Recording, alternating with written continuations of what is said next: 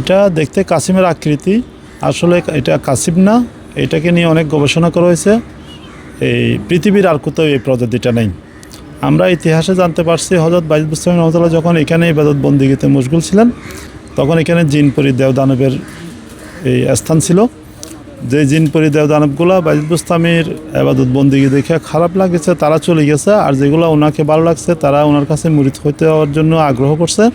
ওদেরকে মুরিদ কইরা সুরত পাল্টাইয়া এইভাবে এখানে এই পুকুরে রাখা হয়েছে।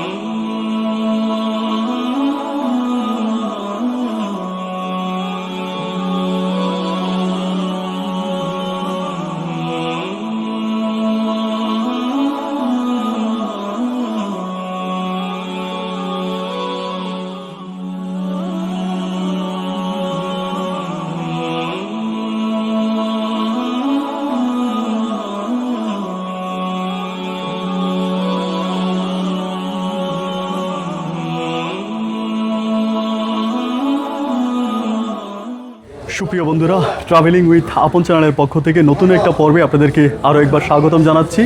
আমি এই মুহূর্তে দাঁড়িয়ে আছি বাংলাদেশ নয় তথা গোটা দুনিয়ার সবচেয়ে সুনামধন্য এক আধ্যাত্মিক জায়গা, যার নাম হচ্ছে বাইজিদ বোস্তামি।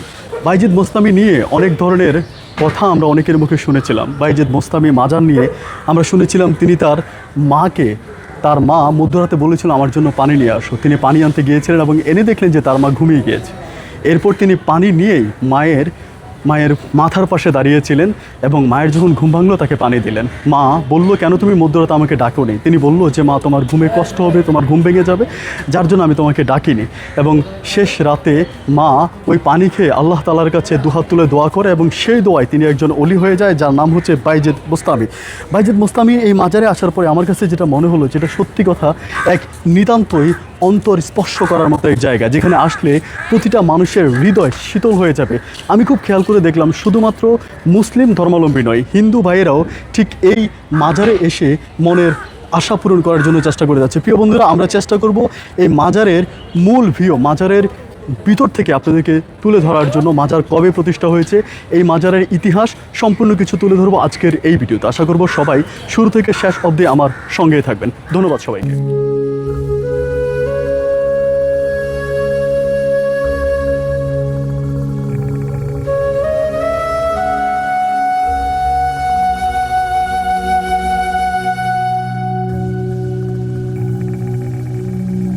আমাদের কর্মব্যস্ত জীবনটা ঠিক এই সিঁড়িগুলোর মতোই। আমরা প্রতিনিয়ত উপরে ওঠার লড়াই করি, কিন্তু পরম করুণাময় সান্নিধ্য এই দুনিয়াতে কয়জন বা পাই? এই যে সিঁড়িগুলো দেখছেন, এগুলো কেবল পাথর আর সিমেন্টের তৈরি কোনো কাঠামো নয়।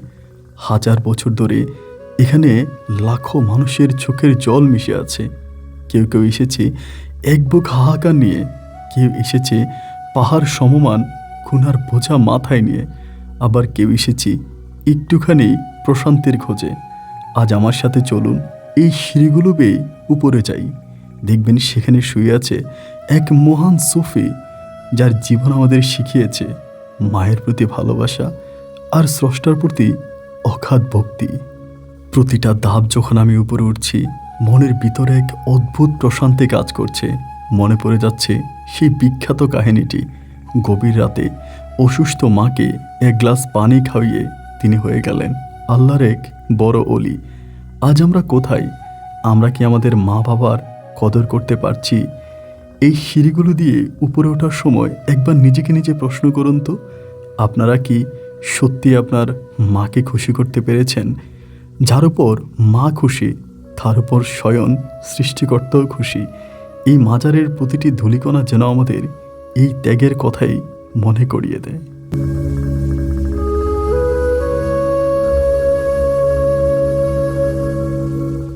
এই সেই পবিত্র স্থান, যে শান্ত শীতল ছায়ার নিচে শুয়ে আছেন সুলতানুল আরফিন হজরত বাইজিদ বোস্তামি রহমতুল্লাহ তাআলা। একটুখানি তাকান, কি এক অদ্ভুত নিস্তব্ধতা। মনে হচ্ছে সময়ের চাকা এখানে থমকে দাঁড়িয়েছে। হাজার হাজার মাইল পাড়ি দিয়ে তিনি এই চট্টগ্রামে এসেছিলেন স্রষ্টার প্রেমে বিভোর হয়ে। আজ তার এই রওজা মোবারকের সামনে দাঁড়ালে মনে হয় এই পৃথিবীটা আসলে কতই না তুচ্ছ।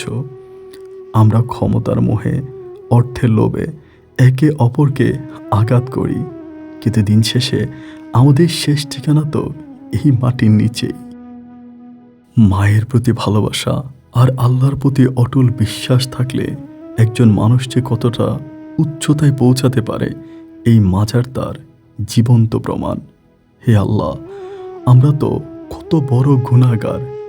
এই অলিয়া উলিয়াদের উসিলায় আমাদের জীবনটাকেও আপনি সুন্দর করে দেন। মনের ভিতরের সব অশান্তি ধুয়ে মুছে আমাদের হৃদয়ে একটু শান্তি দান করেন।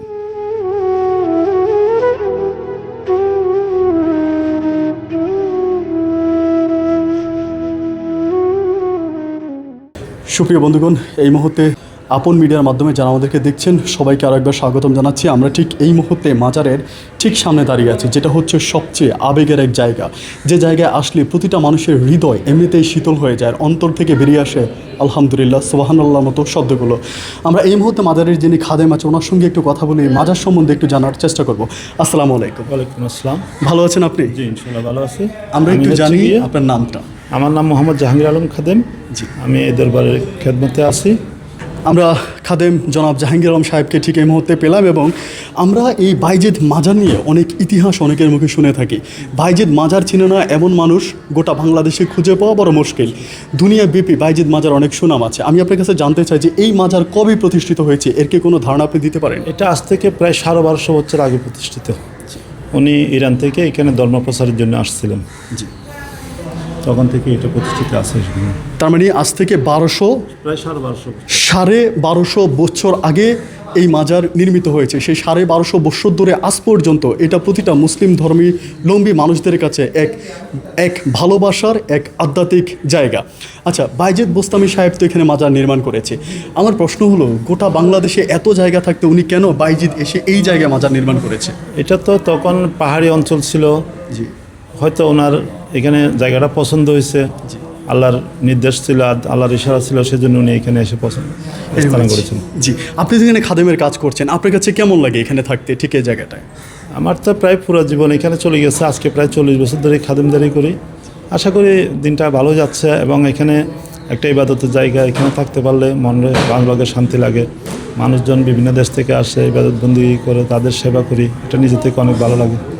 যেমনটা আমরাও অনুভব করেছিলাম, মাজারের ঠিক সামনে আসার পরে আমাদের হৃদয়টাও একেবারে ছোট বাচ্চাদের মতো শীতল হয়ে গিয়েছিল, কাদা মাটির মতো নরম হয়েছিল হৃদয়টা। প্রতিটা বান্দা যখনই মাজারের গেটে দাঁড়াবে তখনই তার হৃদয়টা আমার মতোই শীতল হয়ে যাবে, যেমনটি ইনি আমাকে বলেন। আজকে কত বছর ধরে আপনি এটার খেজমতে আছেন? আমি 86 থেকে প্রায় 40 বছর। প্রায় 40 বছর ধরে আপনি এটাতে আছেন। আপনার মনের এমন কোনো এক বাসনা কি পূরণ হয়েছে মাজারে থাকার পরে? অবশ্যই, মনে মনে যখন যা চেয়েছি আল্লাহর কাছে পেয়েছি বাইজিদের উসিলায়। আলহামদুলিল্লাহ। জনাব জাহাঙ্গীর সাহেব, আমরা আরেকটা জিনিস দেখলাম যে বিভিন্ন মাজারের মধ্যে এই যে আপনার সুতা বাঁধার যেই নিয়মটা বা সুতা যে বাঁধে, এইটার কারণ কি, এটা কি একটু বলা যায়? এটা জিন্দাবি সামাদার আউলিয়া নামে একজন আউলিয়া এখানে আসছিলেন। ওনার হাতের একটা আশা উনি এখানে গেড়ে দিয়ে গেছেন। বলছেন বাইজিদের দরবারে আসলে এই আশায় যে কেউ সুতা বাঁধলে বাইজিদের উসিলায় আল্লাহ রাব্বুল আলামিন তার মনের আশা পূর্ণ করবে। এটা হচ্ছে একটা উসিলা। তার মানে এটা হচ্ছে আপনার মনের নেক বাসনাগুলো পূরণ করার জন্য। এক মনে যদি আপনি এখানে সুতা বেঁধে থাকেন তাহলে আল্লাহ হয়তো এর উসিলায় আপনার মনের নেক বাসনাগুলো পূরণ করবে, তাই তো? জাহাঙ্গীর সাহেব, আপনাকে অসংখ্য ধন্যবাদ।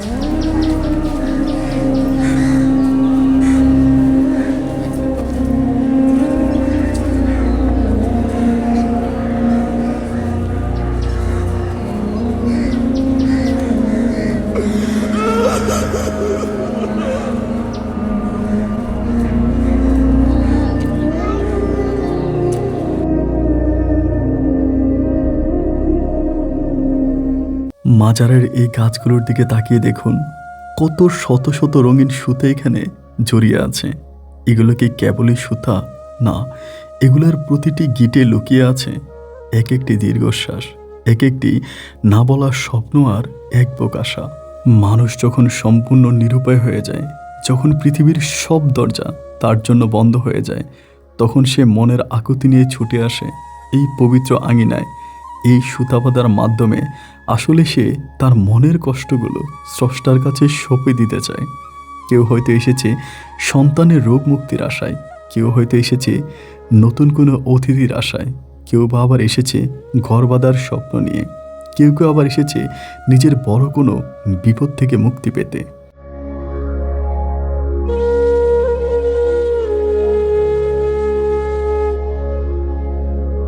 মনের আশাগুলো রঙিন সুতায় গিটি পেতে আমি হাঁটছি এক অজানা শান্তির পথে। এই যে সামনের নির্জন রাস্তাটা দেখছেন, এটা যেন আমাদের জীবনেরই এক রঙিন প্রতিচ্ছবি। আমরা সবাই এই দুনিয়াতে একাকী এসেছি আর একাকী ফিরে যাব। মাঝখানে পড়ে থাকবে কিছু স্মৃতি আর কিছু প্রার্থনা। পথের ধারে বসে থাকা এই মানুষগুলো হয়তো দুনিয়ার চোখে গরিব, কিন্তু তাদের হৃদয়ে হয়তো এমনও কোনো দন আছে যা আমরা আমাদের চোখে দেখতে পাই না। হে ব্যস্ত পথচারী, আপনি যখন এই ভিডিওটি দেখছেন, একটু থামুন। জীবনের এই ব্যস্ত দৌড়ে আমরা কি হারালাম আর কি বা পেলাম, তা একবার ভেবে দেখুন। বাইজিদ বোস্তামির এই পূর্ণভূমি আমাদের বারবার মনে করিয়ে দেয়, ভক্তি আর ভালোবাসাই হলো পরম সত্য। একটু সামনের দিকে তাকিয়ে দেখুন, এই নিথুর কবরগুলো। এই মাটির নিচে যারা আজ শুয়ে আছে, তারা আমাদের মতোই কোনো না কোনো পরিবারের মধ্যমণি ছিলেন। কেউ হয়তো ছিলেন কারো আদরের সন্তান, কেউ ছিলেন কারো প্রিয় বাবা, আর কেউ হয়তো ছিলেন কারো শেষ আশ্রয়ের জায়গা। আজ তাদের নাম পলকগুলো ছাড়া অবশিষ্ট আর কিছুই নেই। আমরা যখন এই রাস্তা দিয়ে মাজারের দিকে যাই, তখন আমাদের মনে কত শত প্রশ্ন উকি মারে। আমরা বলি, এটা পাইছি, এটা পাই নাই। কিন্তু একবার ভেবে দেখুন তো, এই কবরে শুয়ে থাকা মানুষগুলো যদি একবারই দুনিয়াতে আবার ফিরে আসতে পারত, তবে তারা আপনার বেঁচে থাকা এই জীবনটাকেই স্বর্গ মনে করত। খাদেম সাহেব, আপনার কাছে আমার ছোট আরেকটা প্রশ্ন ছিল। আমরা এক ভিন্ন জায়গায় এসেছি, এই প্রকৃতিটা অনেক বেশি সুন্দর লাগে আমার কাছে। যাই হোক, আমি আরেকটা বিষয় জানতে চাই। আমরা যখনই মাজারের মূল প্রবেশদ্বারে আসলাম, মাজারে ঢুকার ঠিক বাম পাশে, আমরা হাতের বাম পাশেই দেখলাম একটা পুকুর, এবং পুকুরের সামনে অনেকগুলো মানুষ একসঙ্গে কাসিমকে কি জানে খাওয়াচ্ছে। এই রহস্যটা আমরা ঠিক জানি না, যদি আমাদেরকে একটু জানাতেন। এটা দেখতে কাসিমের আকৃতি, আসলে এটা কাসিম না। এটাকে নিয়ে অনেক গবেষণা করা হয়েছে। এই পৃথিবীর আর কোথাও এই প্রজাতিটা নেই। আমরা ইতিহাসে জানতে পারছি, হযরত বাইজিদ বুস্তামি রহমাতুল্লাহ যখন এখানে ইবাদত বন্দিগিতে মশগুল ছিলেন, তখন এখানে জিনপরি দেবদানবের এই স্থান ছিল। যে জিনপরি দেবদানবগুলো বাইজিদ বুস্তামির ইবাদত বন্দিগি দেখে খারাপ লাগছে, তারা চলে গেছে। আর যেগুলো ওনাকে ভালো লাগছে, তারা ওনার কাছে মুরিদ হইতে হওয়ার জন্য আগ্রহ করছে। ওদেরকে মুরিদ করে সুরত পাল্টাইয়া এইভাবে এখানে এই পুকুরে রাখা হয়েছে। আর বাইজিদ বুস্তামি যখন ওদেরকে এভাবে সুরত পাল্টাই এখানে রাখছিলেন, তখন ওরা বাইজিদ বুস্তামি রহমতুল্লাহর কাছে আর্জি করছিলেন যে আমাদেরকে এভাবে এখানে রাখছেন, তাহলে আমাদের জীবনযাপন করে তোমাদের চিন্তা করতে হবে না। আমি এখানে আসি, আমার কাছে লোকজন আসবে, তোমাদেরকে খাওয়া যায়, তারপর আমার দরবারে আসবে। সেই থেকে এখনও পর্যন্ত এখানে বিভিন্ন দর্শনার্থীরা আসে। কেউ কাউকে বলে না, যার যার মনের আবেগে, মনের টানে প্রথমে ওদেরকে খাওয়াই, ওযু কালাম করে তারপর এখানে আসে জিয়ারত করে। সুবহানাল্লাহ, কিছু দুষ্ট জিন ছিল যারা চলে গিয়েছিল, কিন্তু ভালো জিনগুলো বাইজিদ মোস্তামি সাহেবকে ভালোবেসে রয়ে গেল। বাইজিদ মোস্তামি সাহেব যখন চলে গেল তাদেরকে বলে গেল, তোমাদেরকে আমি এমনভাবে রেখে যাব, তোমাদের খাবারের কষ্ট করতে হবে না, আমার ভক্তবিন্দু এখানে আসবে এবং তোমাদেরকে খাওয়াবে। সেটাই তো আমরা মনে করে আসছি, এখনো পর্যন্ত এটা চলে আসছে। আলহামদুলিল্লাহ। আচ্ছা জাহাঙ্গীর সাহেব, এখানে কখন মানুষ বেশি সমাগত হয়, মানুষ আসে ওই টাইমটা বাৎসরিক এখানে এই এমনি সাপ্তাহিক সরকারি বন্ধের দিন, শুক্রবার, অন্য বন্ধের দিন একটু লোকজন বেশি হয়। বাৎসরিক শবে বরাতের দিন, তারপর আপনার ঈদের পর এক সপ্তাহ 2 সপ্তাহ এরকম কিছু লোকজন আসা যাওয়া বেশি সমাগমন হয়। আমাদের বার্ষিক উরুস শরীফ হয়, উরুস সময় হয়। আর মাইজবান্ডার দরবার শরীফে যখন উরুস হয়, দেশের বিভিন্ন অঞ্চল থেকে গাড়ি নিয়ে মাইজবান্ডার দরবারে আসে, তখন ওই মাইজবান্ডার দরবারে আসার সময় না হয় যাওয়ার সময় এখানে হাজিরা দিয়ে যায় সবাই। মাশাআল্লাহ। আপনার এখানে উরুস শরীফ কবে? আমাদের এখানে হয় এই চাঁদের হিসাব, এই সামনে যে চাঁদটা উদয় হবে, শাবান চাঁদের 11 তারিখ। শাবান চাঁদের 11 তারিখ, এটা কি সম্ভবত আগামী জানুয়ারি 30 বা 31 তারিখ পড়বে। 11ই শাবান, ওটা ধরে নিতে পারবে। সম্ভবত 11ই শাবান আমরা ধরে নিতে পারি, 3 দিন আগে, সবারতে 3 দিন আগে। তবে এই সময়টাতে বাইজিদ মোস্তামিকে এক ভিন্ন রূপে আপনি দেখতে পাবেন, যেখানে প্রচুর পরিমাণের মুসলিম ধর্মাবলম্বী মানুষ উপস্থিত হয়। আমি আরেকটা বিষয় শাইখ আপনার কাছে জানতে চাই, যে আমি দেখেছিলাম অনেক মাজারগুলোতে গেলে অনেক সময় হিন্দু ধর্মাবলম্বী মানুষরাও কিন্তু মাজারে আসে। আপনার মাজারেও কি এরকম আসে? হ্যাঁ, বিভিন্ন ধর্মের লোকজন এখানে আসে, হিন্দু ধর্মেরই আসে। হিন্দু ধর্মেরও আসে। বিশ্বাস করতে পারেন, হিন্দু ধর্মাবলম্বী মানুষও এই মাজারে আসে তাদের নেক নিয়ত পূরণ করার জন্য। আল্লাহর ওলিরা হচ্ছে সাগরের মতো, সাগরের মতো। সাগরের পানি সবার জন্য মুক্ত, আল্লাহর ওলির দরবারে সবার জন্য মুক্ত। আচ্ছা, তো অনেক ধন্যবাদ। আমি যতক্ষণ না পর্যন্ত ওনার সাথে কথা না বললাম ততক্ষণ পর্যন্ত আমি একটা কনফিউশনে ছিলাম, বাট ওনার সাথে কথা বলার পরে আমার কাছে যেটা মনে হলো, আমার হৃদয়টা অনেক শীতল হয়ে গেল। খুবই হেল্পফুল একজন পার্সন। আপনারা যদি আসেন আমার মতো করে, আপনি এখানে সার্বিক সহযোগিতা পাবেন। আপন মিডিয়ার মাধ্যমে গোটা দুনিয়ার মানুষজন আপনাকে দেখছে। শাইখ, আপনার কাছে আমার প্রশ্ন হচ্ছে, বা আমি জানতে চাচ্ছিলাম যে এই মাজার নিয়ে কর্তৃপক্ষ হিসাবে আপনি কি সরকারের কাছে কোনো কিছু চাওয়া পাওয়া আছে কিনা? এই মাজার নিয়ে সরকারের কাছে তো চাওয়া পাওয়া আমাদের অনেক কিছু। এই মাজারের অনেক কাজ এখনও বাকি আছে। বর্তমান যুগ হিসাবে অন্য দেশটা যেভাবে আগাই গেছেন, আমরা মাজার এখনও সেভাবে উন্নতির দিকে যাইতে পারি নাই, এটা আমরা নিজেরা স্বীকার করতেছি। তবে উন্নতির দিকে যাওয়ার জন্য কর্তৃপক্ষের কাছে আমাদের আকুল আবেদন, তারা যেন এদিকে একটু দৃষ্টি দেয়। আমাদের মাজার যেন উন্নয়ন অনেক কাজ বাকি আছে, সেগুলো যেন করার একটু সুযোগ দান করেন। আমরা সব মাজারের প্রতি সম্মান, শ্রদ্ধা, ভালোবাসা রেখে বলছি, বাইজিদ মাজার কিন্তু কোনো নতুন মাজার নয়, এটা আদিম থেকে হয়ে আসছে, খুবই পুরনো এক মাজার। কিন্তু আমরা অন্য মাজারগুলো রিভিউ করে যা দেখলাম, বাইজিদ মাজার কিন্তু ওভাবে সংস্কার হয়নি, ওভাবে কাজ হয়নি। সুতরাং আমার পক্ষ থেকে এই ভাইয়ের মাধ্যমে আমরা সরকারের কাছে অনুরোধ করব, যাতে সরকারের কর্তৃপক্ষ এই মাজারের দিকে সুদৃষ্টি দেয়।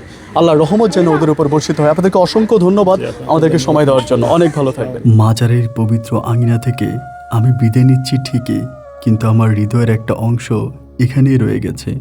উপর থেকে দেখুন এই শান্ত পুকুরটা, 1000 বছর ধরে কত মানুষের দীর্ঘশ্বাস আর কত অলিদের ইবাদতের সাক্ষী হয়ে আছে এই পানি।